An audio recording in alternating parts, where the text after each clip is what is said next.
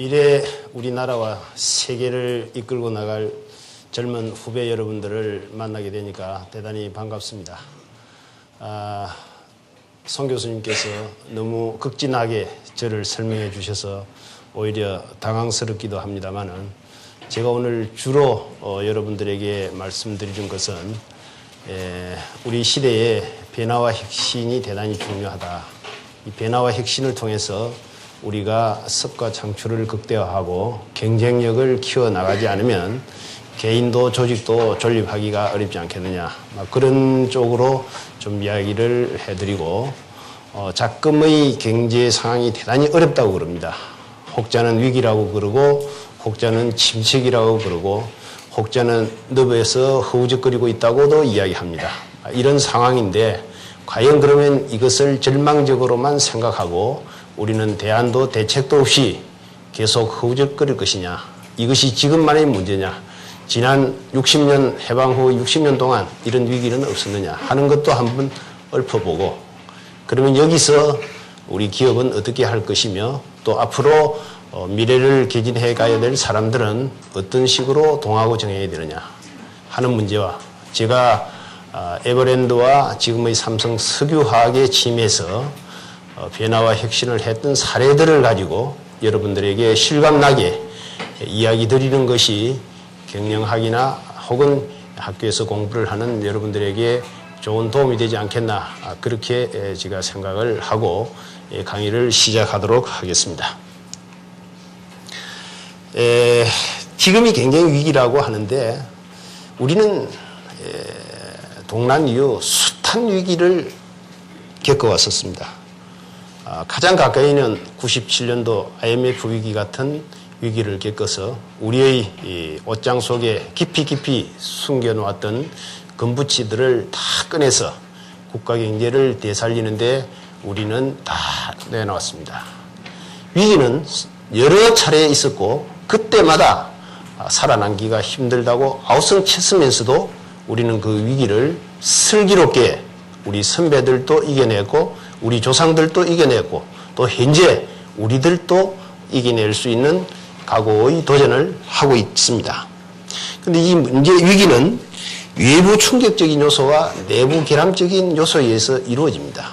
그런데 외부 충격적인 요소는 전쟁이 난다든지 오일 쇼크가 생긴다든지 아니면 환율이 엄청나게 변동을 한다든지 이와 같은 요소들은 우리가 대응해서 개선을 하거나 또 대응하기가 대단히 힘듭니다.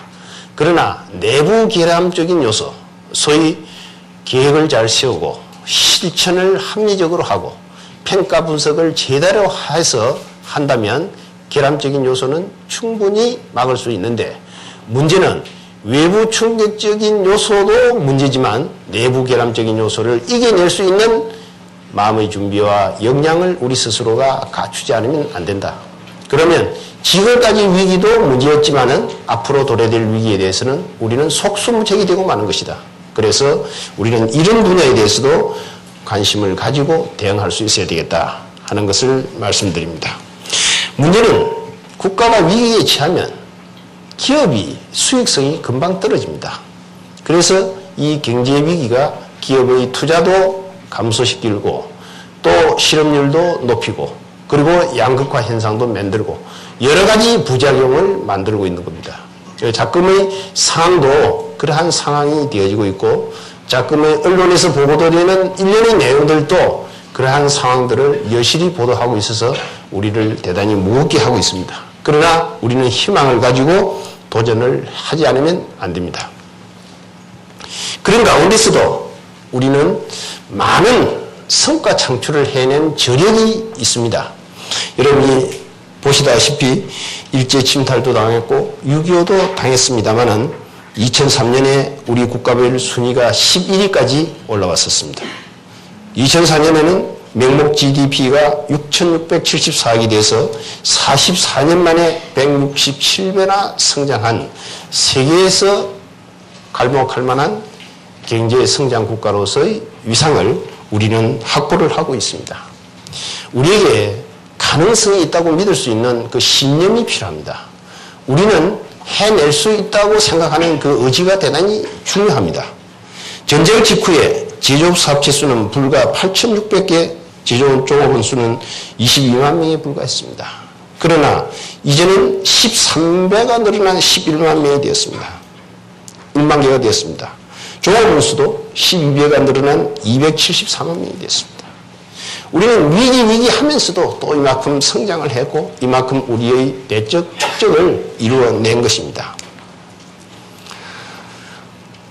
뿐만 아니라 반도체 같은 것은 세계 1위의 위상을 확보했고 조선도 시장 점유율 1위, 자동차도 세계 6위의 위상을 확보했습니다. 500대 기업 수에 우리가 2000년보다는 하나 줄었지만은 11개의 기업이 지금 들어가고 있습니다. 우리 같은 형편에 이와 같은 실적을 가지고 우리가 대응하고 있다는 것을 우리는 긍지를 생각하고 희망을 가지고 도전을 할 필요가 있습니다. 그 11개의 기업이 앞에 표시되는 대로 나와 있습니다. 근데 이 기업적인 측면에서 국가 위기가 당했을 때의 위기도 느끼고 경상수지의 어려움도 느낍니다만은 기업 스스로의 경영, 순환 사이클에 의해서도 기업은 위기를 느끼게 됩니다. 이게 이제 기업이 성장하느냐 쇠퇴하느냐 하는 것을 지목하는 새로운 이제 바로미터가 되는데 위기학의 세계적인 권위자이신 동경대학의 하다기무라 교수께서는 기업은 매출 규모의 변동에 따라서 위기가 온다. 매출이 한 200억 원에 비해서는 개인의 경영 한계 때문에 오고 또 한 800억 원 되면 판매 방식의 단조로움 때문에 오고 4천억 원 되면 단일 기업 문화의 한계 때문에 위기가 오고 매출 1조 원 이상 되면 기업 규모로 인해서 위기가 온다. 이것을 뒷받침이라도 하던 우리 한국 기업사를 훑어보니까 역시 이러한 사례가 있습니다. 1964년도 총자산 기준 1위에서 10위까지의 기업군 중에서 40년이 지난 지금 현재 남아있는 기업은 삼성과 LG뿐입니다. LG도 GS로 분권화되어 있어서 내년이 되면 또 이 서열이 어떻게 바뀌게 될지 모릅니다. 기업의 수명은 이렇게 예측하기가 어렵습니다. 그렇기 때문에 상당히 문제 잠재적 요소를 안고 있기 때문에 항상 변화와 혁신을 거듭하면서 성장 동인 요소와 경쟁력을 키울 수 있는 동인 요소를 기업 스스로가 찾고 발굴하지 않으면 기업이 존립할 수 없다 하는 것을 우리는 헤아릴 수 있겠습니다. 95년도에 우리나라 매출 1위 기업인 삼양사는 그동안 상당히 쇠퇴해가지고 지금은 CI를 다시 해서 새로 거듭 태어나기 위한 몸부림을 치고 있습니다. 65년도에 매출 1위였던 동양목재는 이미 족적을 감추었습니다. 75년도 매출 1위였던 대한항공은 지금 24위가 되어져 있습니다. 삼성물산은 85년도, 95년도 1위였습니다만은 지금 18위가 되어져 있습니다. 이제 삼성전자가 1위의 위상에 올라 있습니다. 아마 수년 동안 이것은 변함없이 유지되지 않겠냐. 지금 현재의 상황에서.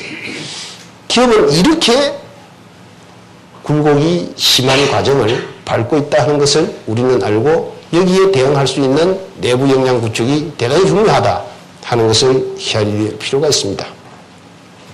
그런가 하면 미국 같은 곳에서는 상위 10대 기업 중에서 100년 이상의 전통을 가진 기업이 8개나 있습니다. 유럽은 4개나 있습니다. 일본 4개나 있습니다. 그렇기 때문에 이런 나라들이 선진국이 되는 것이고 이런 나라들의 산업 경쟁력이 커지고 국가 경쟁력이 커지는 것입니다. 이것이 우리에게 시사하는 바가 대단히 많습니다. 지금 이와 같은 100년 이상의 전통을 가진 기업들은 제품이나 기술이나 마케팅력이나 모든 면에서 세계 초인류에 도전할 수 있는 역량 구축을 갖고 있는 겁니다.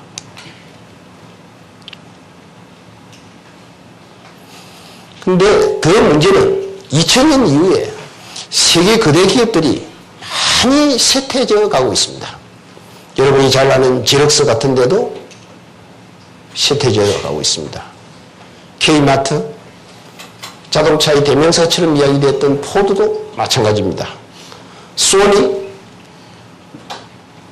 얼마나 우리가 소니의 전자제품을 많이 활용했습니까? 그 소니가 지금 삼성전자보다도 훨씬 뒤떨어지는 브랜드 파워를 갖게 되었고 GM도 또 그렇게 되어졌었습니다. 이만큼 기업의 라이프 사이클이 가변적으로 변하고 있기 때문에 여기에 대응할 수 있는 내부 역량이 구축될 수 있도록 노력하지 않으면 안 된다 하는 것을 헤아릴 수 있겠습니다. 이와 같은 것을 뒷받침하기라도 하던 맥켄지 보고서에서는 기업의 수명이 세월이 갈수록 짧아지고 있다 하는 리포트를 냈습니다. 1935년도엔 기업 수명이 보통 한 90년 정도 간다고 했습니다. 75년도에는 한 30년 정도 간다고 했습니다. 그런데 우리가 살고 있는 현 시점 2005년에는 기업 수명이 한 15년 정도뿐이 가지 못한다. 그렇기 때문에 혁신하지 않으면 차별화된 경쟁력을 기업 스스로가 만들어내지 못하면 기업 스스로가 위기의 수렁에 빠진다 하는 것을 설명하고 있습니다. 그런데 문제는 위기는 닥치고 나서 이를 해결하려고 하면 5년 내지 10년 걸립니다. 위기가 오기 전에 지속적인 변화와 혁신을 해내지 않으면 안 되는 겁니다. 이미 재무 상황이 악화된다든지 마켓 시야가 줄어든다든지 할 때 이거 큰일 났다. 대책을 세워야 되겠다.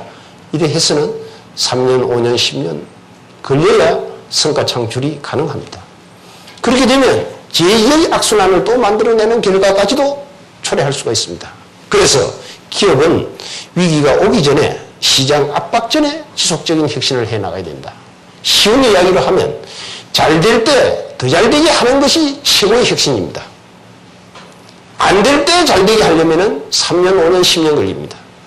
잘 될 때 지속적으로 더 잘 될 수 있도록 툴을 만들고 더 잘 쓸 수 있는 환경과 여건과 기법을 개발하지 않으면 위기를 극복해 나갈 수 없다. 성공 기업을 만들 수 없다 하는 것입니다. 밀림의 타잔이 생존하기 위해서는 잡고 있는 줄을 놓아야 합니다. 그래야 새롭게 잡아야 할 줄을 잡을 수 있습니다. 놓아야 할 줄을 놓지 않고는 잡아야 할 줄을 잡지 못합니다. 잡지 못하면 타자는 전진할 수 없습니다. 생존을 위한 자기의 자리를 마련할 수가 없습니다. 만두위니아 사례를 여러분이 드시면 상생하게 아실 겁니다. 만약 만두위니아가 김치 냉장고 딘체를 생산해서 그 브랜드를 만들지 않고 LG나 삼성과 대응해가지고 냉장고 시장에 덤벼들었다고 했을 때 오늘의 만두위니아의 위상이 어떻게 되겠습니까? 붉은 가지로 대단히 어려운 형국이 될 수 있었지 않았겠느냐 생각할 수가 있습니다. 다행히 만두위니아는 삼성도 LG도 와 이 차별화된 김치 냉장고, 우리 민족이 어느 가정이나 가지고 먹는 그 김치를 보다 신선하게, 보다 맛있게 보관해서 먹을 수 있도록 장치를 한 김치 냉장고에 중점을 두었습니다. 그래서 오늘 만두위니아는 그야말로 놓아야 할 줄, 잡아야 할 줄을 분명히 해서 잡아야 할 줄을 잡은 사례가 되는 겁니다. 최근에 가장 히트를 치고 있는 강동제약의 비타오백. 약 한 달 전에 인간개발연구원 조찬에 최수부 회장께서 직접 나왔어서 자기 인생 역정을 이야기하면서 비타오백에 대한 이야기를 해준다고 해서 제가 직접 가서 들었습니다. 금년도 강동제약이 한 2,700억 정도 매출을 올리는데 그중 57%가 비타500으로 말미암은 매출이라고 그럽니다. 이와 같은 엄청난 업적을 이루었기 때문에 우리나라 드링크류의 42년 신화를 유지하고 있는 바카스를 제압을 했습니다. 그게 우연이 되었겠습니까? 그거 결코 우연이 된 게 아닙니다. 그야말로 눈물겨운 역정을 겪었고 남다른 R&D 투자를 했고 남다른 도전과 응전을 거듭했기 때문에 강동제약의 비타500이 시어 1위를 차지하게 된 겁니다. 볼보의 사례를, 해외 사례를 가지고 하나 설명을 드리겠습니다. 볼보가 90년대 후반까지는 승용차 시장 점유율이 전 세계에서 꼴찌였습니다. 그래서 볼보는 승용차 부분을 포드에 약 60억 불에 매각하기로 결심을 했습니다. 그때 스웨덴에서 국민들이 들고 일어났습니다. 볼보는 민족의 자존심이다. 이것을 어떻게 미국에 팔 수 있느냐. 들고 일어났습니다. 그때 볼보의 경영진들이 국민을 설득시켰습니다. 본사는 미국으로 이전하지 않겠다. 그리고 트럭과 같은 공장은 그대로 스웨덴에 두겠다. 이렇게 설득했습니다. 승용차를 버리고 트럭, 버스, 건설 기계에만 집중했기 때문에 이 부분은 세계 1, 2위를 차지하는 그와 같은 성과를 만들어냈던 겁니다. 선택과 집중이라는 게 바로 이럴 때 가장 요긴하게 적용되는 언어가 아닌가 우리 이렇게 생각해 볼 수가 있습니다. 여러분, 혁신은 말만큼 쉽지가 않습니다. 엄청난 눈물겨움과 고뇌에 찬 고민의 결산입니다. 인원도 감축을 해야 되고 조직도 개편을 해야 되고 구조도 조정해야 되고 많은 원가 절감 캠페인도 벌려야 되고 정말로 어렵습니다. 그래서 새로운 것을 추진하는 것보다도 어렵고 위험한 것은 없다고 할 정도로 혁신은 어렵습니다. 그래도 성공하는 기업은 어려운 혁신을 어렵지 않게 해낼 수 있는 내부 역량이 있었기 때문에 가능했던 겁니다. 혁신하지 않는 기업은 냉혹한 현실만이 기다리고 있습니다. GM이 그 좋은 사례고 우리나라의 IT 산업을 선도했던 삼보가 또 그 한 사례입니다. 기업 혁신은 시대에 따라서 패러다임을 달리했습니다. 30년대는 컨트롤 차트에 의해서 혁신을 주로 했습니다. 이때는 특별한 혁신 툴이 도입되지는 않았습니다. 생산이 곧 판매인 시대였기 때문에 그야말로 컨트롤 차트에 의해서 관리하는 것이 곧 혁신이었던 시대가 있었습니다. 근데 그것이 7, 80년대 데민 박사가 일본을 오고 해서 일본을 중심 삼고 품질 경영이 도입되게 되어집니다. 품질 경영이 도입돼서 QC 운동이 일본을 중심 삼고 일어나서 그야말로 QC 운동이라든지 TQC 운동이라든지 TPM 운동이라든지 이런 게 전개되는 7, 80년대를 지내서 그다음 그것만 가지고는 되지 않는다. 우리가 일본의 제품과 일본의 서비스를 사서 미국 시장이 견뎌내서는 안 된다. 미국을 중심 삼고 새로운 블랙스루 이노베이션이 벌어지게 되어집니다. 이러한 단계별 혁신이 시대를 따라서 해왔습니다만은 지금은 이와 같은 단계별 혁신을 해가지고는 세월을 기다려주지 않습니다. 개성이 되어지면 바로 혁신을 하고 혁신이 하면 다시 컨트롤 차트에 의해서 안정을 꾀하고 안정과 개성과 혁신이 그야말로 순환되어지는 융복합화되어지는 이러한 혁신을 지속적이고 반복적으로 해내는 기업만이 성과 창출을 극대화할 수 있고 역량 구축을 강화시켜 나갈 수 있다. 이렇게 이야기할 수 있겠습니다. 그 SQC도 그야말로 품질 관리가 20년대, 30년대를 중심해서 일어났던 것이고 또 데민 박사와 주란 박사가 일본을 중심으로 삼고 한 QC 운동도 이렇게 되어졌고 그래서 도저히 일본이 이렇게 되는 것을 보고 있을 수만은 없다 해서 모토로라가 1987년도 식스 시그마를 도입을 해서 말콤 볼트리지상을 받게 돼서 새로운 미국 산업계의 혁신이 일어났고 이것을 터전으로 해서 90년대 GE를 중심 삼고 새로운 식스 시그마 탄생을 통해서 최근의 경영 혁신을 이루는 성과 창출을 만들어낸 과정이 있었습니다. 그러한 식스 시그마가 금년도 2월 달에 발표된 포춘지에 보면 세계에서 존경받는 50대 기업 중에서 54%에 해당하는 27개가 식스 시그마 혁신 기법을 도입하는 것으로 되어 있습니다. 우리나라의 공기업이나 공공기관도 많은 혁신을 하고 있습니다. 특히 그 중에서 고객만족이라든지 식스 시그마라든지 지식경영은 크게 대배를 될 수 있는 혁신 툴이 되겠습니다. 대검찰청에서도 식스 시그마를 하고 있고 철도청, 특허청, 제가 관세청도 했는데 관세청, 이 시군대는 제가 직접 가서 식스 시그마 강의를 해서 식스 시그마를 도입하도록 됐고 정통부정사업부도 하고 있고 한국과학기술연구도 하고 있고 이제 공기업, 공공기관, 정부 부처까지도 혁신하지 않고서는 경쟁력을 만들어낼 수 없다 하는 차원에서 혁신을 지속하고 있습니다. 기업의 생존과 번영을 위해서는 관리와 혁신이 필수적인 두 가지 요소입니다. 관리라는 것은 좋지 못한 변화를 방지하는 것이나 혁신은 좋은 변화를 창조하는 것입니다. 여기 그림에서처럼 마차가 굴러갑니다. 마차가 굴러가는데 관리의 바퀴는 크고 혁신의 바퀴가 작으면 그 기업은 영속적으로 전진해 가기가 어렵습니다. 혁신의 바퀴와 관리의 바퀴가 같은 사이즈로 돌아갈 때 그 기업은 영속적인 발전을 할 수 있고 내부 경쟁력을 키워나갈 수 있습니다. 한때 관리의 바퀴가 대단히 컸던 시절이 한국 기업 사이에도 있었습니다. 이제는 그것이 많이 줄어들었습니다. 한때는 관리 출신이 아니면 CEO를 할 수 없을 만큼 그런 시대가 있었습니다. 요 사이는 오히려 엔지니어 출신들이 CEO를 해서 기술 중심적인, 생산 중심적인, 제품 중심적인 이러한 혁신과 더불어 성과 창출을 하고 있는 그러한 관행이 만들어지고 있는 겁니다.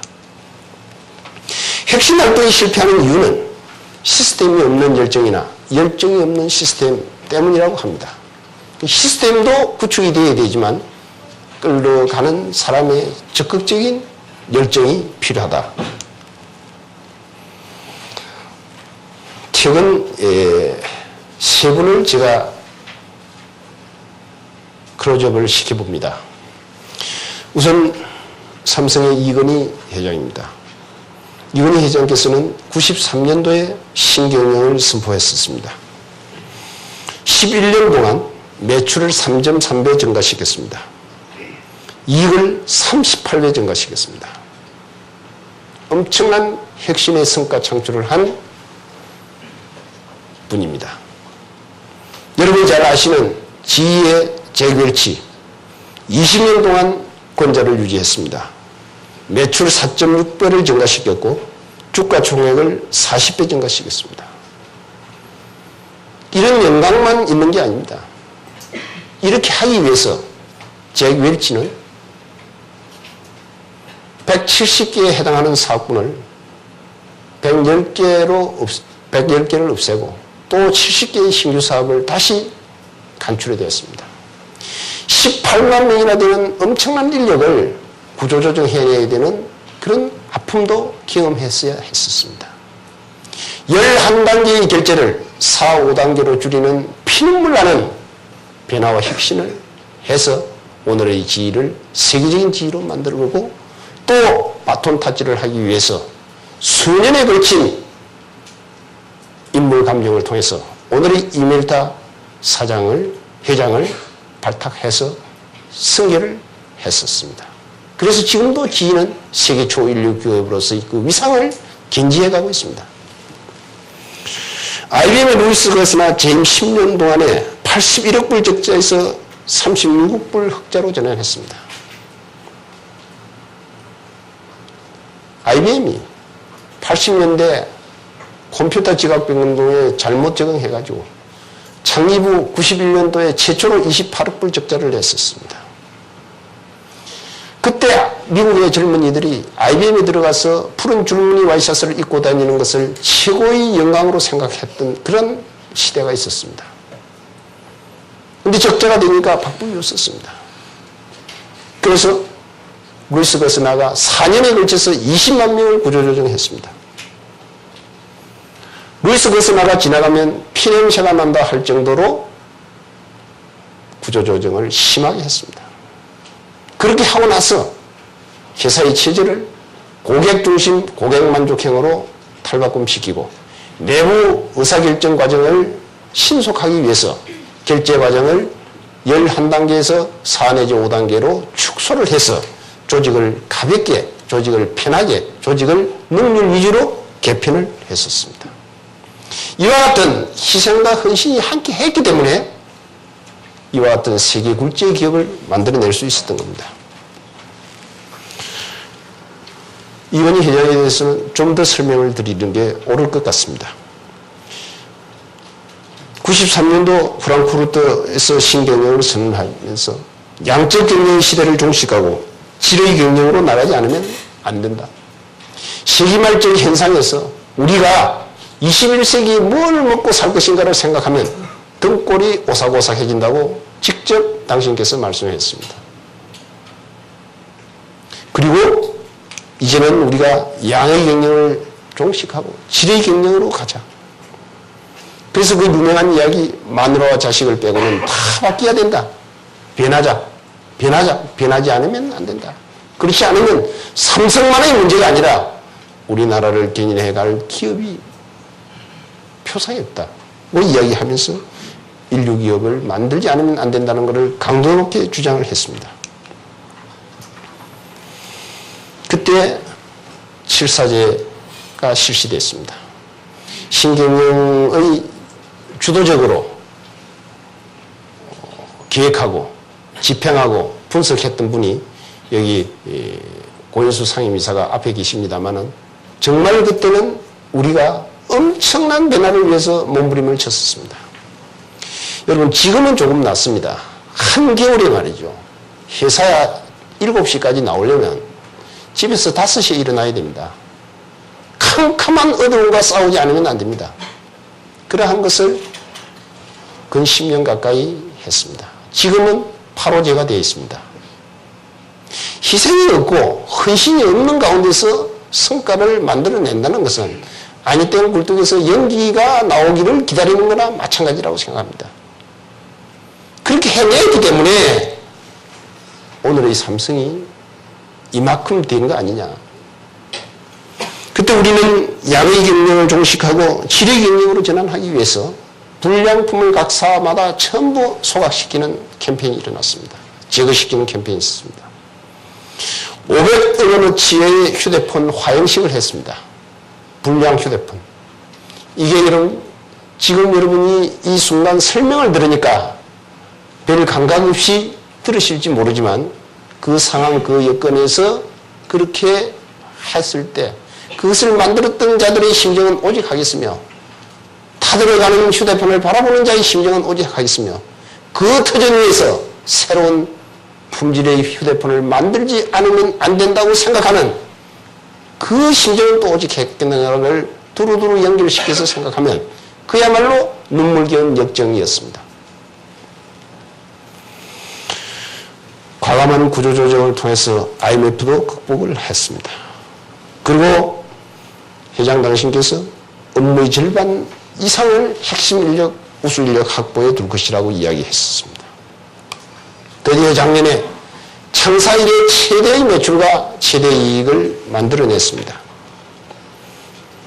거기에 중단하지 않고 금년 4월에는 이탈리아 밀라노에서 제2의 디자인 혁명을 이뤄내야 한다고 이야기했습니다. 디자인과 브랜드를 관리하는 능력이 미래 경쟁력의 핵심이라고 이야기를 했던 겁니다. 7월에는 아시아 전략회의를 개최했습니다. 우리는 사상 최대의 이익에 안주하지 않고 미래에 뭘 먹고 살 것인가를 위해서 또 다른 변화의 길을 찾기 위해서 긴 장경을 떠나지 않으면 안 되는 상황이 된 겁니다. 그 결과 매출 41조를 든 기업이 136조 3.3배 증가됐습니다. 이익 1조도 안 되었는데 19조 38배 증가됐습니다. 부채 비율이 291%가 56%, 5분의 1 수준으로 줄어들었습니다. 세계 1위 월드베스트 제품이 93년 2개에서 22개로 늘어났습니다. 국내 주식시장 시가총액의 22%를 차지하게 됐습니다. 매출이 경상 GDP의 19%입니다. 우리나라 총 수출의 21%를 삼성이 했습니다. 삼성과 같은 기업 5개만 있으면 우리나라의 수출을 커버할 수 있다는 논리가 되는 겁니다. 소니와 삼성의 브랜드가 역전되어졌습니다. 2000년은 소니가 훨씬 위에 섰습니다. 그런데 2004년에 거의 접근해서 2005년에 삼성이 훨씬 위로 22위가 되고 소니가 28위가 되었습니다. 영국의 인터브랜드사의 자료입니다. 작년에는 삼성전자 한 개 기업이 벌어들인 순이익이 일본 10대 전자전기업체가 벌어들인 기업보다도 훨씬 많은 결과를 만들어냈습니다. 이제 제가 경영을 맡았던 에버랜드의 혁신 사례를 여러분들에게 설명드립니다. 저는 기업 경영의 요체는 경쟁력이라고 생각합니다. 경쟁력이 없는 기업은 존립할 수가 없고 존립할 의미가 없습니다. 경쟁력은 뭐냐? 제품과 서비스의 차별화 차등화입니다. 지속적인 제품과 서비스의 차별화 차등화를 통한 경쟁력을 만들어낼 수 있을 때 그 기업의 존립 가치가 있는 것이고 그 기업의 제품과 서비스를 용역을 사주는 고객의 만족도가 올라가는 것이다. 저는 그것이 CEO가 된 이후 지금까지의 신념입니다. 93년도에 옛날 자연농원인 시절에 제가 취임을 했었습니다. 그때는 자연농원이 1차 산업형이었습니다. 과수단지가 있고 가축을 키우고 그리고 놀이시설이라는 것은 조그마한 시골 유원지에 불과했던 그러한 시대였습니다. 그래서 제가 가서 이렇게 해가지고는 될 수가 없다. 우리 국민의 관광지가 될 수 없고 동북아의 관광지가 될 수 없고 인류에게 꿈과 희망을 주는 그러한 파크가 될 수가 없겠다 생각을 해서 혁신을 하기 시작했습니다. 그래서 저희 임직원들에게 우리는 의식과 사고의 전환을 해야 된다. 1차 산업형적 사고와 간행에서 3차 산업형적 사고와 간행으로 바꿔야 된다. 농업형적 사고와 간행에서부터 서비스형적 사고와 간행으로 바꿔야 된다. 지역형 지방형에서 국가형 국제형으로 바꿔야 된다. 우리의 고객이 지역의 내국인 중심에서 내외국인 중심으로 바뀌어야 된다. 그래서 한국의 가장 외국 입장객이 많은 관광지가 되도록 만들어야 된다. 이를 위해서 친절화, 청결화, 정보화, 고급화, 국제화, 안전화를 지속적으로 해나가야 된다고 선언을 하고 혁신을 하기 시작했습니다. 그래서 고객만족 경영과 환경안전 경영과 디자인 경영과 정보화 경영을 동시에 추진을 했었습니다. 그 추진해서 성과 창출을 할 시점인 98년에 지식경영이라는 혁신 툴을 또 도입했습니다. 간단 없는 정진만이 우리의 경쟁력을 만들어줄 수 있기 때문에 중단할 수가 없었던 겁니다. 그 지식경영이 성과 창출을 해서 또 기반 구축을 한 그 시점에서 저희들은 식스시그마 혁신 기법을 또 도입했습니다. 식스시그마 혁신 기법을 도입한 2000년에는 우리 그룹에 전자그룹이 시작할 때고 SDI가 96년도에 하고 그 다음에는 저희가 했습니다. 대한민국에서 서비스업에서 식스시그마를 한 데는 삼성 에버랜드가 제일 처음이었습니다. 세계적으로도 조사를 해보니까 저희가 벤치마킹을 하는 월트 디즈니랜드도 식스시그마를 하지 않았습니다. 서비스업 중에서 하고 있는 데는 시티뱅크 그것도 인사부문 정도였습니다. 지금은 전 부문이 하고 있다고 해서 들었습니다. 그런 상황에서 우리 임원 및 고급 간부들이 다 식스시그마 실시를 부담스러워하고 딜레이 시키자고 하는 가운데서도 저는 성과 창출을 극대화시키고 경쟁력을 키우기 위해서 이 식스시그마를 도입했던 겁니다. 그래서 단계별로 했던 혁신이 2000년도를 기점으로 해서 서로 연결고리를 만들어서 시너지 창출을 극대화하는 그러한 사례를 만들게 되었던 겁니다. 그 결과 무명의 자연 농원이 2001년 급기야 미국에서 발간되어지는 어뮤즈먼트 매거진에 5위로 랭크업 되어졌습니다. 1위부터 4위까지가 전부 디즈니랜드입니다. 6위 에캅센터도 디즈니랜드가 운영하는 겁니다. 그러한 성과 창출을 하게 됐던 겁니다.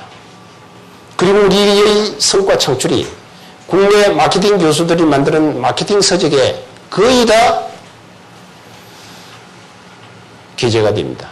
사례로서 발표되어지게 되어졌습니다. 특이할 것은 캐나다에 있는 웨스턴 온타리오 대학의 교수분들이 오셔가지고 에버랜드의 혁신 사례를, 서비스 혁신 사례와 투자 혁신 사례를 MBA 과정에 리포트를 냈었습니다. 논문을 냈던 겁니다. 이거의 논문이 베스트 논문으로 선정되어져 가지고 하버드 대학, 펜실바니아, 캘리포니아, 워싱턴, 보스턴 대학에서 이 논문이 인용되어지고 활용되어지고 있습니다. 제가 2002년도입니까?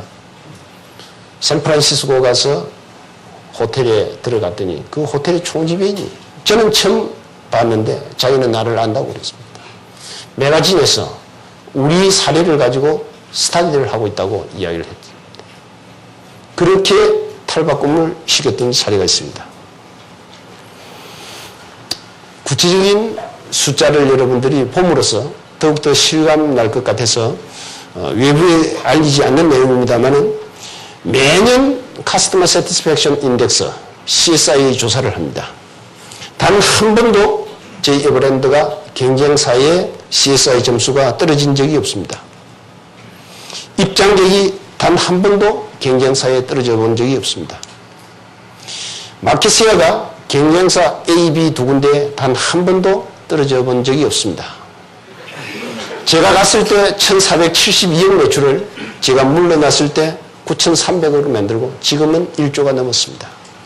매출 이익도 지속적으로 성장을 해서 완전히 탈바꿈을 시켰던 겁니다. 농업형 자연농원을 세계 국제의 테마파크로 탈바꿈시키고 각계 각 기관으로부터 인정을 받은 결과가 되었습니다. 그 중에서도 왼쪽에 여러분들이 보시다시피 96년도 CS 대상을 받고 97년도 CS 대상을 받고 98년도 CS 대상을 받고 99년도 CS 대상을 받고 2000년도 CS 대상을 받았습니다. 5년 연속 CS 대상을 받음으로 해서 우리나라 최초의 명예의 전당에 헌정되어지는 그러한 실적을 쌓기도 했습니다. 기업은 서울대 윤석철 교수의 저서에 보면 생존 부동식을 코스트보다도 프라이스가 높아야 되고 프라이스보다도 밸류가 높아야 된다고 했습니다. 근데 언어로 표현했는데 그림은 제가 좀 더 그랬습니다. 그래서 코스트를 최대한 낮추고 프라이스를 최대한 높이는 것이 생산성 향상, 소위 원가 절감을 통한 생산성 향상이 됩니다. 이 생산자 중심의 혁신 활동으로 우리가 이야기할 수가 있습니다. 프라이스를 최대한 낮추고 고객의 가치를 최대한 높이면 이것이 고객 중심의 혁신 활동으로 이야기합니다. 생산자 중심의 혁신 활동이나 고객 중심의 혁신 활동만 가지고는 되지 않는 시대입니다. 이제는 전사적 혁신 활동을 해야 됩니다. 코스트는 최대한 낮추고 프라이스는 적정 프라이스를 만들어야 되고 고객의 가치 창출은 최대한 높여야 됩니다. 이를 위해서 우리는 커스터머 세티스팩션이 지속적으로 이루어질 수 있도록 만들어야 됩니다. 고객의 가치는 어느 날 갑자기 만들어지는 것이 아닙니다. 이것이 생활화되고 습관화돼서 가치로서 자리 잡기 위해서는 끊임없는 노력이 있어야 되고 또 개선이 있어야 됩니다. 금세기 최고의 지식인 빌 게이츠도 그에 져서 생각의 속도에 제6장에 보면 고객을 감동시키라고 분명히 이야기하고 있습니다. 기업하면서 고객을 감동시키지 못하고 고객을 만족시키지 못하고 고객을 해피하게 하지 못한다면 기업을 하기가 어렵습니다. 고객이 얼마나 까다롭습니까? 고객은 정말로 까다롭습니다. 어제 우리 고객이 내일 남의 고객이 될 수 있습니다. 그렇기 때문에 지속적으로 고객 만족, 고객 지향적인 혁신 활동을 이뤄내야 됩니다. 제가 이 고객 만족 경영을 왜 이렇게 강조하냐면 고객 만족 경영을 하면 모두가 행복해지는 겁니다. 모두가 행복해집니다. 기업가 중심 삼은 모든 연결고리가 다 행복해지기 때문입니다. 기업이 열심히 사업을 해서 돈을 벌면 R&D 투자를 많이 하고 제품질을 많이 높여서 물건을 싸게 만들어서 고객들에게 판매하게 되는 겁니다.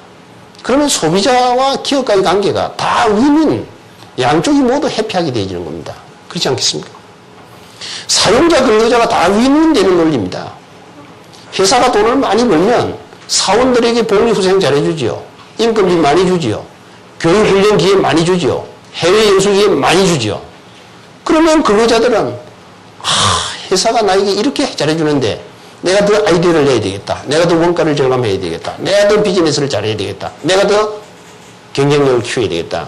그런 마인드를 갖는 것이 인지상정 아닙니까? 협력업체와의 관계에서도 마찬가지입니다. 공급자, 수요자의 관계에서도 우리 모 회사가 이렇게 우리를 서포트해 주는데 우리가 더 성실히 해야 되겠다. 또 성실히 하면 성과가 나니까 공급사에 더 잘해줘야 되겠다. 이런 공급자와 수요자의 윈윈이 됩니다. 이런 관계에서 벗어나서 자연인이 되었을 때 우리는 그야말로 경제적, 사회적, 문화적으로 복지국가의 한 일원으로서 역할을 할 수 있기 때문에 고객만족 경영이야말로 모두가 윈윈되는, 모두가 해피해지는 경영이다. 이렇게 이야기할 수가 있습니다. 근데 이게 안 되는 이유가 있습니다. 최고 경영자가 고객만족 경영에 대한 이해가 부족할 때 되지가 않습니다. 조직을 하나 만들어서 그 관리자에게 위임을 할 때, 그리고 관리자로 하여금 평가 분석을 하고 챙기지 않을 때 되지 않습니다. 고객만족 경영을 하려면 선투자가 필요합니다. 환경 개선을 위해서도 필요하고 종업원 교육을 위해서도 필요하고 우수 인력 확보를 위해서도 필요합니다. 그런데 그것이 소홀히 되면 되지 않습니다. 직원 만족도 제고가 소홀히 되면 고객 만족도가 되지 않습니다. 제가 에버랜드 경영을 할 때 96년도입니다. 700명의 1인 1실을 사용할 수 있는 기숙사를 만들었습니다. 그때 우리 그룹에서 가장 잘 나가는 삼성전자가 1실 3인 4인 쓰는 기숙사를 쓰고 있을 때입니다. 그런데 어찌 에버랜드가 1인 1실 기숙사를 만들 수 있느냐? 그때 저는 단호하게 이야기를 했습니다. 제조업의 경우는 아침에 출근해서 생산 라인에 들어가가지고 계속 부품을 조립하고 등등 해서 그 마지막 공정에 가면 반드시 검수 과정이 있다. 검수 단계가 있다. 거기서 잘한 것 못한 것이 다 가려진다. 그리고 하루 종일 옆에 사람하고 이야기할 시간이 없다. 그럼 검수라는 과정이 있다는 데 대해서 마음의 안도가 있는 것이고 또 집중할 수 있기 때문에 저녁이 되면 사람이 그립다. 그러나 서비스업, 호텔, 테마파크, 항공사, 여행사, 백화점 등등 패스트푸드점 하루 종일 사람을 만나야 된다. 그것도 만나고 싶은 예쁜 사람만 만나는 게 아니다. 좋은 사람, 싫은 사람, 뚱뚱한 사람, 가는 사람 다 만나야 된다. 그런 사람을 만나는 퇴근할 때는 친구가 만나려고 해도 만나고 싶을 생각이 안 들 정도로 사람 하면 고개가 돌아간다. 그 사람들에게 자기네들의 휴식을 위해서 독방 하나 주지 않아서 되겠느냐. 1인 1실을 해줘야 된다. 그래서 목욕탕 다 넣었어요. 텔레비 다 넣었어요. 책상 다 넣어서 했습니다. 쉬운 결정이 아닙니다. 여러분. 쉬운 결정이 결코 아닙니다. 10년 전의 경우. 그랬더니 대한민국의 호텔 경영학과, 관광 경영학과 벤치마킹 코스가 됐습니다. 우리가 맨날 10,000불 시대면 삽니까? 20,000불이 곧 돌아오는데 20,000불 돌아오는데 1인 1실 안 쓰겠어요? 자기 집에 자녀 중학교만 가도 독방달락하지 않습니까? 그런데 사명 오면 한 방에 다 제어해서 되겠어요? 다 했습니다. 유니폼, 캐나다에 있는 포뮬라 타스에 맡겨서 최고의 색상과 최고의 디자인으로 맞춰 입혔습니다. 휴게실 4개 있던 것을 52개로 확장해서 손님이 많이 오지 않을 때는 휴식을 하면서 하라 했습니다. 그리고 140명의 대리급 이상 간부들을 동경 디즈니, LA 디즈니, 플로리다 디즈니를 전부 가서 벤치마킹을 하고 돌아오도록 만들었습니다. 그것이 끝난과 동시에 팀장급 이상 전원을 8박 9일 동안 유럽 배낭 여행을 시켰습니다. 허태학 사장은 미국하고 유럽만 아느냐 할 것 싶어서 돌아오자마자 팀장급 이상을 제주도에서 DMZ까지 4박 5일 동안 또 배낭 여행을 시켰습니다. 미국의 견문, 유럽의 견문, 한국의 견문을 거의 동시에 갖춰줬습니다. 직원 만족도가 대단히 중요합니다. 직원 만족도를 올리지 않으면서 고객 만족도를 올린다는 것은 대단히 어렵습니다. 업계 최고의 급여 당연히 줘야 됩니다. 업계 최고의 복리후생 당연히 해줘야 됩니다. 그래야 업계 최고 이상의 서비스를 창출할 수 있기 때문입니다. 이를 위해서는 투자냐 비용이냐의 혼란이 있을 수가 있습니다. 그런데 투자일 수도 있고 비용일 수도 있습니다. 그런데 그 책임은 전적으로 CEO의 책임하에서 해야 됩니다. 입장 곤란하면 밑으로 미루고 옆으로 패스하고 이렇게 해서는 변화와 계획을 할 수가 없습니다. 고객만족이라는 새로운 금자탑을 만들어낼 수가 없습니다.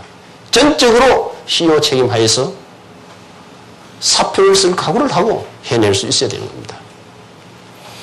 그런데 이 고객만족 경영이 지나치게 철학적으로, 송 교수님이 계시는데 철학말 했을 때는 죄송합니다. 획기적인 경영 기법으로 인식을 해가지고 뭐 엄청나게 부풀려서 해지면 안 됩니다. 고객 만족은 논리가 아주 단순합니다. 그 단순한 논리를 공유하고 반복해야 됩니다. 고객을 만족시키라. 그러면 회사가 잘 될 것이다. 고객을 만족시키라. 그러면 내가 잘 될 것이다. 고객을 만족시키라. 그러면 우리가 다 잘 될 것이다. 이런 아주 심플한 논리를 가지고 반복적으로 연속적으로 해나갈 필요가 있습니다. 근데 이게 또 안 되는 데는 일부 계층은 하고 일부 계층은 안 하고 영업부서는 하고 관리부서는 안 하고 이렇게 되면 안 됩니다. 전원이 참여해서 올컷 브레싱으로 뛸 수 있어야 됩니다. 그래서 고객만족에 대한 업의 개념이나 본질에 대해서 이해를 같이 하고 또 이를 위해서 우선 손님이 오면 달라져 있는 모습이 보여야 됩니다. 바로 그것이 인사, 용모, 복장, 보행이 다 달라져야 됩니다. 그래서 그때 아주 구체적으로 했습니다. 인사. 먼저 본 사람이 먼저 인사한다. 높은 사람이든 낮은 사람이든. 그러면 호칭하면서 인사한다. 호칭하면서. 먼 산 보고 고개만 부탁 하는 게 인사가 아니고 선생님 안녕하십니까? 사장님 안녕하십니까? 아, 김아무개 안녕하냐? 박아무개 안녕하냐? 호칭하면서 인사하는 습관을 들자. 용모, 머리를 3대7로 기름을 바르고 빗으라. 여러분 안 믿어지죠? 그런데 한 서비스맨은 우연히 탄생되는 게 아닙니다. 각고의 훈련과 노력에 의해서 탄생되는 겁니다. 우리나라 서비스 업체에 지금 이 머리를 당해가지고 항공사님이 하는 거예요. 이게 다 그때 만들어진 겁니다. 우연이 되지 않습니다. 우연이 되지 않습니다. 창조라는 거는요, 우연이 되지 않습니다. 그리고 양복 색깔, 와이셔츠 색깔, 넥타이 색깔, 양말 색깔을 다 색상의 조화를 이루라. 그 전부 다. 보행, 1초에 2보를 끄더라. 뛰는 거 9보도 안 된다. 느릿느릿 끄는 완보도 안 된다. 속보, 1초에 2보를. 거기만 딱 동그라미를 치는 거예요. 9보 X, 완보 X, 속보 1.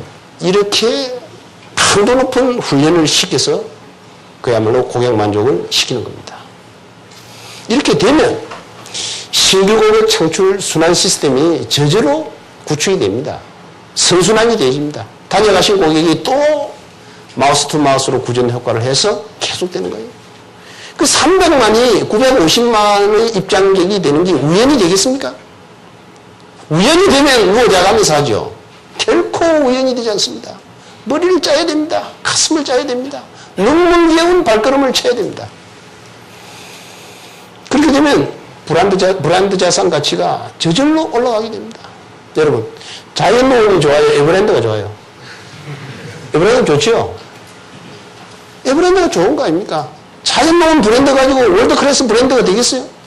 에버랜드라고 했기 때문에 되는 거예요.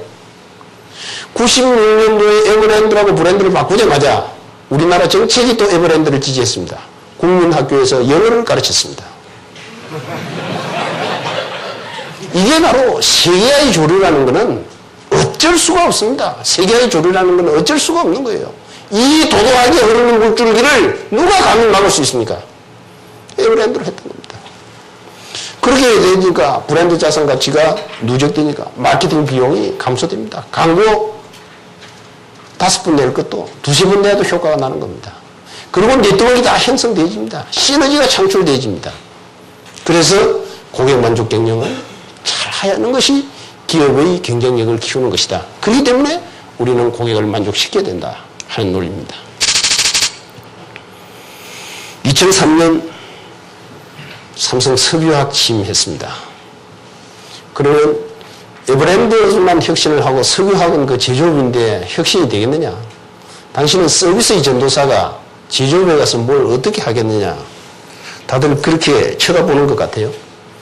저는 경영은 마찬가지다. 서비스업 경영이든 제조업 경영이든 인적, 물적, 금전적, 정보적 요소를 다 결합시켜서 성과 창출을 극대화하는 게 경영 아니겠습니까? 그럼 제조업이고 서비스고 다를 게 없습니다. 그래서 제 나름대로 각오를 단단히 해서 삼성 석유화학의 혁신을 하기 시작했습니다. 에버랜드에서는 단계별로 고객 만족 경영하고 지식 경영하고 식스시그마 경영하고 이런 식으로 혁신을 했습니다.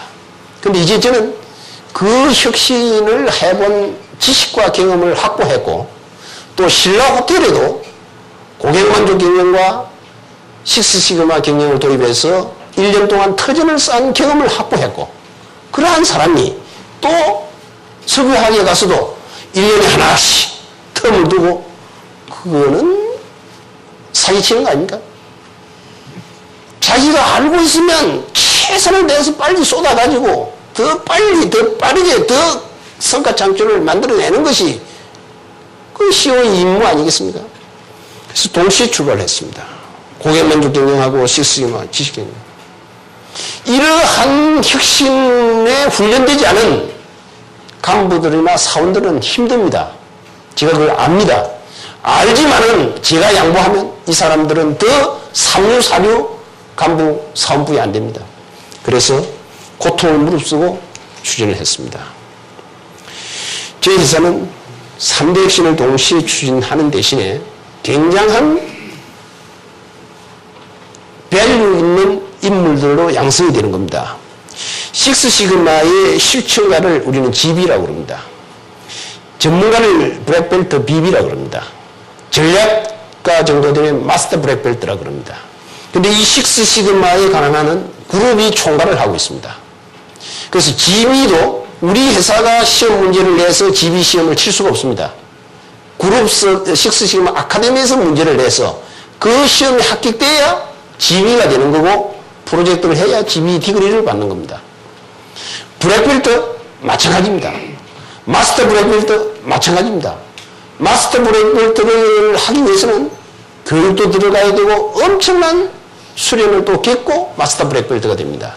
그래서 이 식스시그마에 관한하는 그룹 식스시그마에서 전부 시험 출제하고 평가하고 합격 여부를 결정하기 때문에 우리는 얼마만큼의 사람이 거기 합격되었느냐 하는 것만 헤아릴 뿐이지 시험에 대해서 왈가왈부를 할 수가 없습니다. 그런데 저희 그룹에서 전원이 벨트 자격증을 딴 회사가 저희 회사입니다. 전원이. 간부급 이상 임원, 부사장까지 브랙벨트 이상 MBB가 된 데가 저희 회사입니다. 딴 데 임원, 브랙벨트 아직도 안 됐습니다. 간부 다 안 된 데가 많습니다. 쉬운 일이 아닙니다. 다 만들었습니다. 지식경영, 노리지 비비, 신지식인 디그리를 둬가지고 이것도 합니다. 고객만족 경영, CSGB, CSBB, CS마스터 이렇게 3단계 디그리를 둡니다. 그래서 최소한 간부 이상은 비비 이상, 상계 핵심 부문에서 비비 이상의 디그리를 받아야 된다. 그래서 이게 COP도 운용하고 각종 디그리를 측정하는 툴을 만듭니다. 그래서 삼성 석유화학에 있는 사원이나 간부들은 다른 회사 사원이나 간부와 다른 지식을 공유하고 창출하고 있습니다. 그래서 어디서 또 하기 어려운 혁신 경영을 자기가 주도적으로 주체적으로 할 수 있는 역량을 키워주고 있는 겁니다.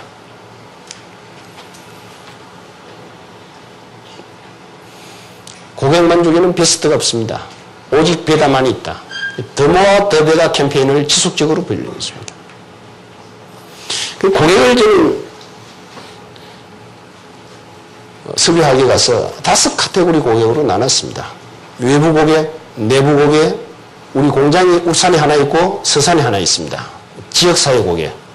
그 다음에 우리한테 수많은 공급을 하고 납품을 하는 이 협력 고객. 그 다음에 우리에게 투자를 한 주주 고객. 이 5가지 카테고리의 고객을 다 만족시킬 수 있을 때 진정한 의미의 고객 만족이 되는 회사다. 그렇게 해서 이거를 철저히 폴로업하고 있습니다. 그래서 이를 위해서 계속 측정을 하고 있고 측정의 점수가 좋으면 좋은 대로 분석해서 더 디벨롭 시키고 나쁘면 나쁜 대로 원인을 규명해서 디벨롭 시켜 나가고 있습니다. 이 중에서도 특히 내부 고객 관리가 대단히 중요하다고 저는 생각합니다. 저는 취임하자마자 울산 공장, 서산 공장의 환경을 전부 바꿨습니다. 여러분 공장 하면 매캐한 냄새 나고 회색 건물이고 콘크리트 도로고 이 생각나죠? 전부 조경을 다시 했습니다. 잔디를 엄청나게 심고 메타스키아 나무를 심고 은행나무를 심고 너티나무를 심고 소나무를 심고 굉장히 환경을 바꿨습니다. 그리고 식당 전부 다 바꿨습니다. 사무실을 전부 밝게 만들었습니다. 유니폼도 전부 밝게 만들었습니다. 그리고 체육관 시설이 따로 있고 목욕탕 시설이 건물이 따로 있어요. 그리고 체육관 운동하고 땀을 흘리고 나서 한참 걸어가서 목욕탕에 있어요. 그 비 오고 눈 오고 바람 불면 감기 걸리기가 딱 안성맞춤이 돼 있어요. 이거는 감기가 걸리면 안 된다. 이 동인 건물에서 아래 위치로 만들어라. 제가 그렇게 배려를 했어요. 그래서 위층에서는 운동하고 아래층에서 목욕을 해서 거기서 옷을 다 갈아입고 나가야 감기가 걸리지 않을 거 아니야. 아, 참 서비스 출신 시우고 오니까 다르다. 그렇게 하대요. 그 부모도 아마 그렇게 신경 쓰기 힘들 거예요. 부모도 그렇게 신경 쓰기 힘들 거예요. 저는 그 직원들이 잘하지 않으면 우리의 생산성을 높일 수가 없어요. 우리의 품질을 높일 수가 없어요. 우리의 원가를 절감시킬 수가 없어요. 우리 제품을 통해서 고객 만족을 시킬 수가 없어요. 이것이 저는 목적시켜야 된다고 생각합니다. 그래서 그 사람들을 금야 오야 키우는 겁니다. 그런데 그 부하들이 저를 싫어하겠어요? 싫어하지 않습니다. 이런 진심 어린 접촉이 있어야 됩니다. 진심 어린 휴먼 타치가 이루어져야 됩니다. 그렇게 되지 않으면 생산성을 높일 수가 없다고 저는 생각합니다. 지역사회도 문화일보에서 추진하는 141 농촌 운동에 저희들이 울산, 서산 다 가입했습니다. 정말로 적극적으로 해서 그분들이 우리한테 텃밭을 줘가지고 우리 임직원들이 거기 주말 농장을 만들어서 무도 심고 배추도 심어서 채소를 수확하도록 또 해주고 있습니다. 심지어 주민들이 배밭을 하나 줘가지고 거기에 이름을 딱 써붙이게 해요. 당신 이름, 우리 직원들 이름을 써붙여서 거기에서 나오는 것을 몇 분 일은 당신이 가져가라. 그렇게 해주고 있습니다. 그만큼 협조거든요. 그런 만큼 또 우리는 각종 컴퓨터니 이런 정보화 지원을 해줘서 정보 문맹자들을 전부 깨우쳐주고 있습니다. 그런 활동을 유기적으로 계속해서 지역사회 관계를 가지고 있고 울산의 태화강을 청정해역으로 만드는데 수역으로 만드는데 굉장한 역할을 저희들이 하고 있습니다.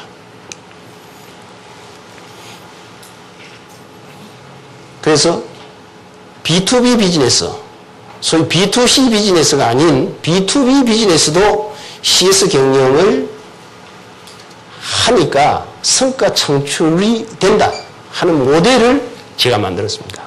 보통 지금 고객만족 경영하면 백화점이다, 호텔이다, 항공사다, 뭐 보험회사다, 생명 이런 데서 주로 많이 합니다.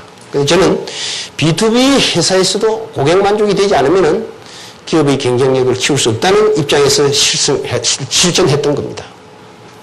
그래서 노력봉사라든지 의료 지원이라든지 정보 시스템 지원이라든지 이런 것을 보다 더 요구하기 이전에 적극적으로 하자. 이런 이야기를 해요. 현명한 어머니는 애가 울기 전에 제대로 먹입니다. 시간 맞춰서. 현명한 어머니는 아기가 땀띠가 나기 전에 여름 옷을 준비했다가 입힙니다. 현명한 어머니는 아기가 감기가 걸리기 전에 겨울 옷을 준비했다가 미리 입히는 거예요. 기업 경영에도 최소한 임직원한테는 그 정도의 관심과 배려를 베풀 수 있는 매니지먼트가 되어야 된다. 그러면 그 사람들이 정말로 회사를 위해서 제품의 질 향상과 원가의 절감을 위해서 노력하지 않겠느냐, 사심을 주지 않겠느냐. 저는 그렇게 생각을 하고 추진하고 있습니다. 그 결과 CS 마스터가 20명 나왔고 CSBB가 24명 나왔고 CSGB가 201명이 탄생되었습니다. 8월 현재. 그리고 CSI 점수가 2003년 76.1이 2004년 80.7로 향상되었고 종합 만족지수가 2003년 73점이 77점으로 향상되었습니다. 그리고 고객만족 경영 대상 2년 연속 수상을 했습니다. 다음 지식경영입니다. 지식경영은 식스시그마를 하면 지식경영이 반드시 필요합니다. 왜냐? 식스시그마를 통한 프로젝트를 지식창고에 스타크해서 이 지식을 잘 유지관리함으로 인해서 그 회사의 지식자산을 유지관리할 수 있는 효과가 있기 때문입니다. 그래서 전 임직원들에게 지식자산화 과제를 수행하고 커뮤니티 오브 프랙티스를 만들어서 296개를 활동하게 했습니다.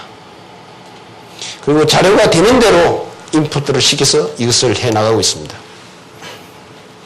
그래서 신지식인이 지금 40명이 나왔습니다. 지식경영에서 최고의 디글입니다. KBB가 58명이 나왔습니다. KGB가 204명이 나왔습니다. 우리나라 지식경영을 선도하고 있는 매경하고 부저 엘렌에서 저희가 지식경영 대상 본상을 수상을 했고 또 대통령상을 수상을 했습니다. 그래서 이 지식경영을 통해서 식스시그마의 추진 주체로서의 체제를 조기 정착하는 새로운 동기를 만들게 되었습니다. 다음 식스시그마입니다. 고객만족 경영과 지식경영과 식스시그마의 3대 혁신을 동시에 추진하면서 시너지 효과를 내는 융복합형 과정을 지금 설명하고 있는 겁니다. 식스시그마의 경우는 저희 그룹 각사가 전부 다 도입하고 있기 때문에 저희라고 예외가 될 수가 없었습니다.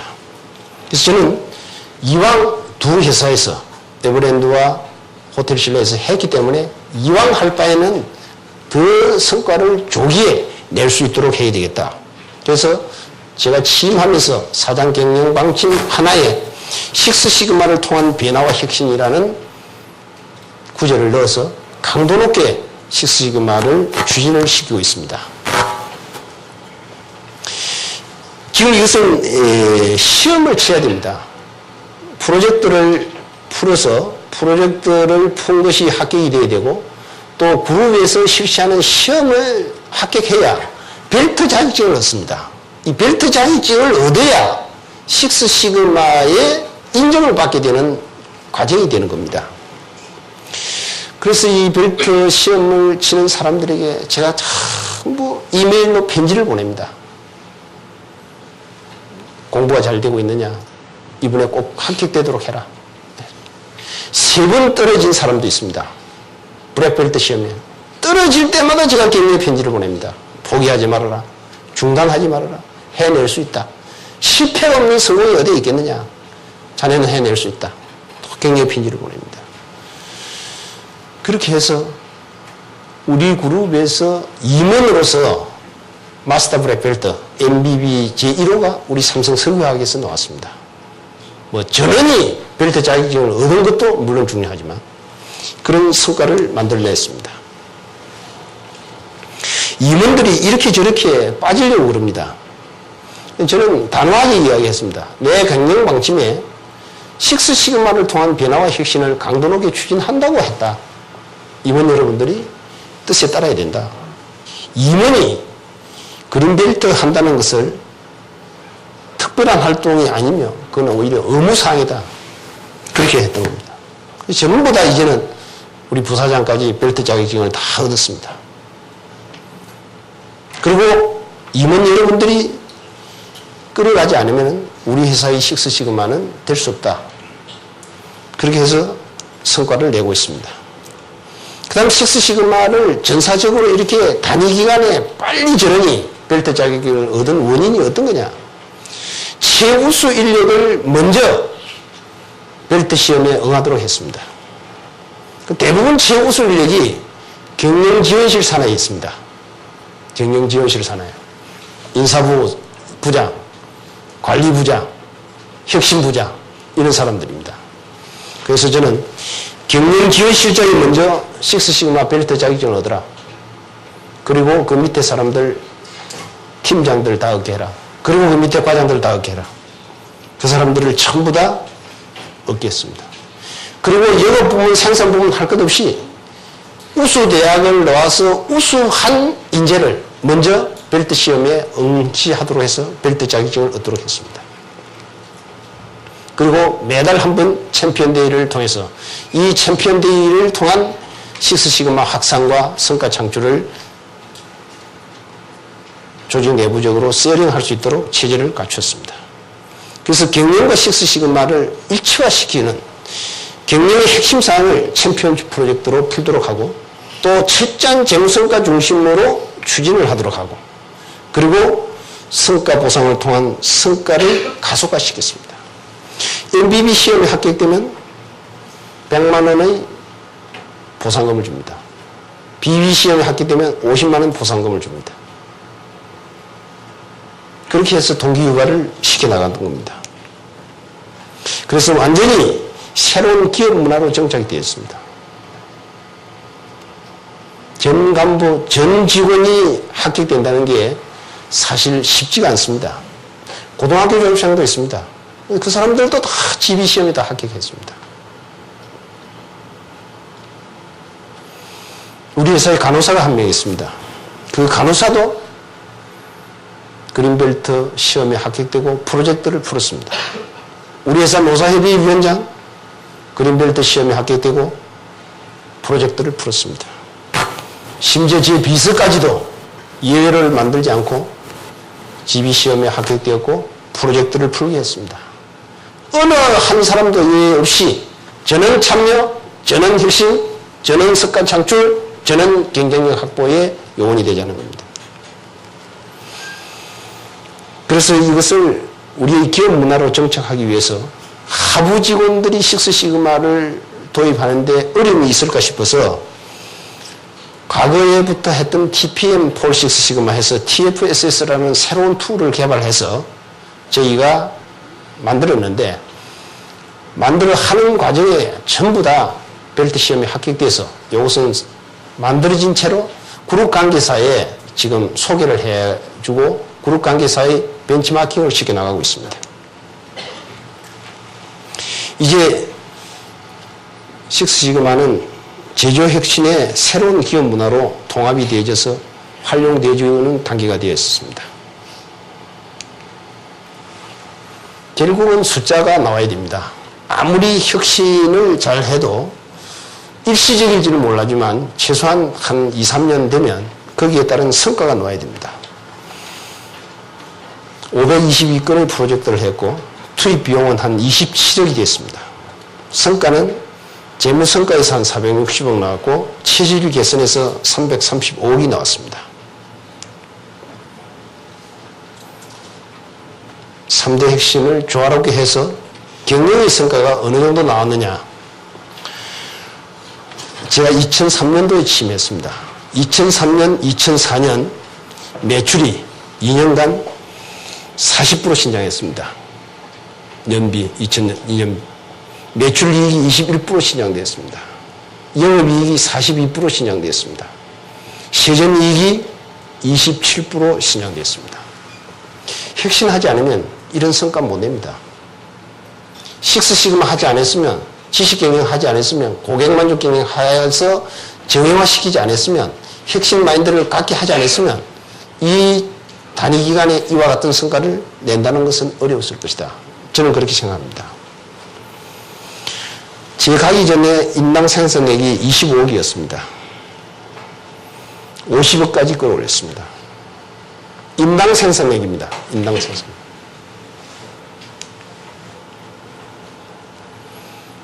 생산 공장에서는 저희가 릴라이빌리티라는 효율을 만들어내고 있습니다. 이게 세계 PTA 화학 공장의 공통 툴입니다. 근데 저희는 99.8의 릴라이빌리티를 유지하고 있습니다. 거의 극에 달할 정도의 효율을 만들어내고 있습니다. 미국이 97 정도 되고 있습니다. 아시아 평균이 뭐 대만이라든지 말레이시아라든지 중국이라든지 이 평균이 한 98.1 됩니다. 세계 평균이 97.8 됩니다. 그런데 저희가 99.8 되어 있습니다. 그래서 우리 합작회사인 영국의 BP가 이 릴라이빌리티 때문에 1년에 몇 차례씩 우수 인력이 벤치마킹을 오고 있습니다. 그래서 우리는 혁신을 통해서 성과 창출도 하고 있지만 실제 가동을 통해서도 성과 창출을 해야 되는 노하우를 그네들에게 부분적으로 공개를 하고 있습니다. 이제 그네들이 우리 회사에서 식스시그마를 도입하기 위해서 또 벤치마킹을 하기 위해 떠나들고 있습니다.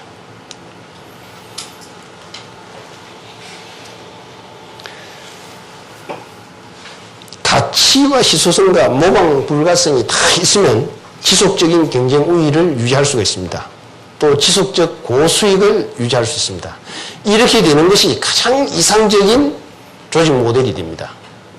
그런데 가치는 있고 희소성이 없으면 경쟁 등위가 보통뿐이 되지 않습니다. 가치도 희소성도 모방 불가성도 없으면 하위권이 됩니다. 이러면 의미가 없는 존재가 되는 겁니다. 그래서 가치도 있고 희소성도 있고 모방 불가성이 있는 기술과 핵심 역량을 갖는 기업만이 경쟁력이 있는 기업이 될 수 있다. 이를 위해서 우리가 정진하자 하는 것을 간단없이 우리 임직원들에게 호소를 하고 있는 겁니다. 성공한 기업은 공통적으로 솔선수범의 리더십이 있습니다. 그리고 혁신의 최고의 인재를 투입을 합니다. 그리고 전 지원 시스템이 서포트를 하도록 하고 있습니다. 그런데 보통 기업이나 말썽 많은 기업은 지원해주는 정도의 리더십입니다. 그리고 이 부서 저 부서도 빼앗아 가려고 하지 않는 보통 인력을 투입시키고 있습니다. 그 다음에 지원 시스템이 적극적으로 서포트되지 않습니다. 혁신은 굉장히 힘들고 오래 걸립니다. 70년대는 혁신을 한 30% 시도하면 한 70% 성공한다고 했습니다. 그러나 최근 70% 시도하면 한 30% 성공할까 말까 하다고 합니다. 모두가 혁신을 외치지만 성공은 그만큼 드뭅니다. 혁신 시작하자마자 반은 도중하차하는 것이 혁신이라고 합니다. 그만큼 어렵기 때문입니다. 하버드의 코트 교수가 혁신은 시작해서 한 5년 차에 최고 성과를 낼 수 있다. 틀린 이야기는 아닙니다. 그런데 지속적인 혁신을 하는 조직에 있어서는 2년차, 3년차에도 성과를 낼 수 있다.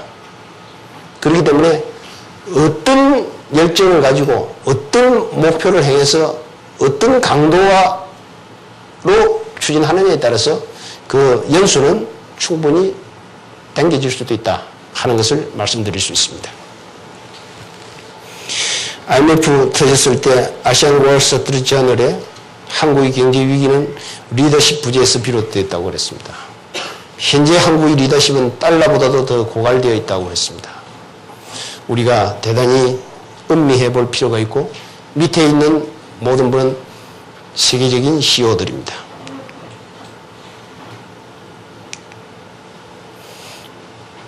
드라카 교수의 이야기를 하나만 음미하고 넘어가겠습니다. 신뢰를 얻어서 추동자를 거느려야 된다고 합니다.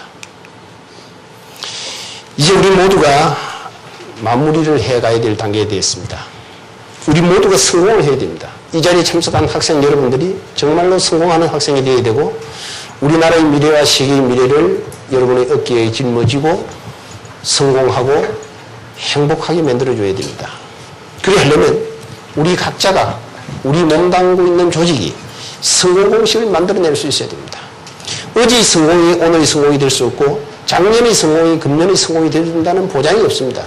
그렇기 때문에 지속적인 성공 공식을 만들어내는 개인이나 조직만이 경쟁력 있는 개인과 조직이 될 수가 있습니다. 성공 공식을 만들어내는데 인색해서는 미래를 점칠 수가 없습니다. 우리 한국이 어떤 지도권에 속해 있느냐?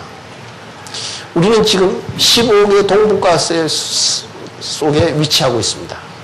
그 동북아 삼국은 상대국이 다 황색 인종입니다. 젓가락 문화를 쓰고 있습니다. 그런데 상계국이 다 언어가 다릅니다. 그런데 그 상계국이 서로가 서로의 말을 배우려고 열정을 갖지 않습니다.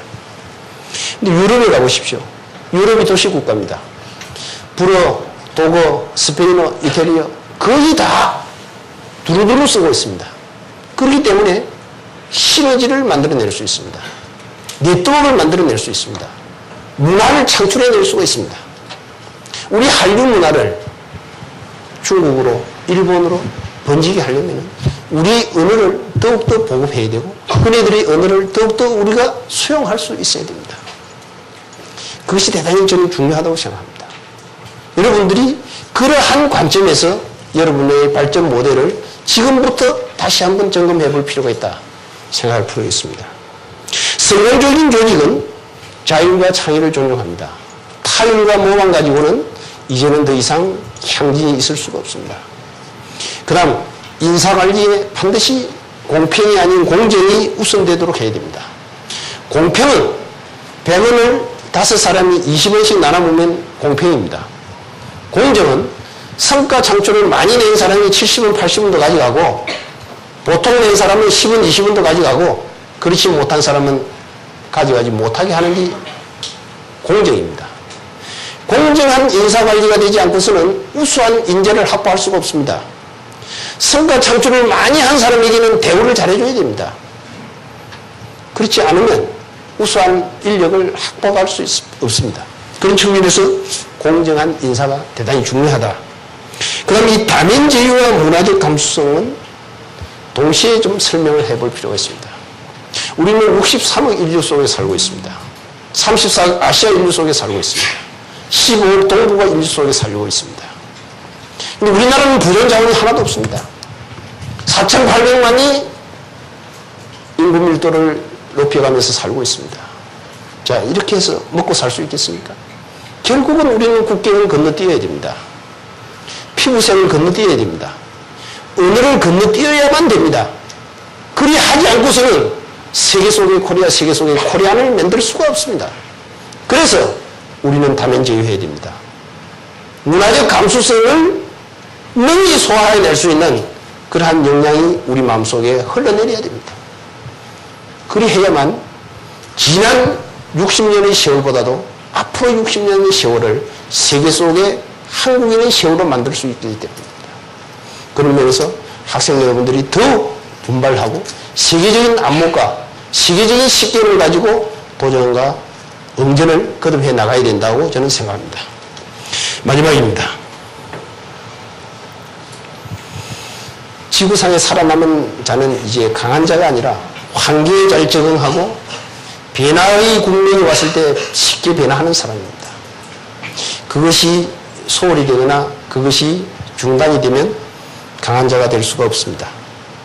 변화에 끌려가지 말고 변화를 스스로 만들어내고 변화를 스스로 주도하는 창조적, 자율적, 도전적인 개인이 되어야 되고 그러한 리더십을 발휘하는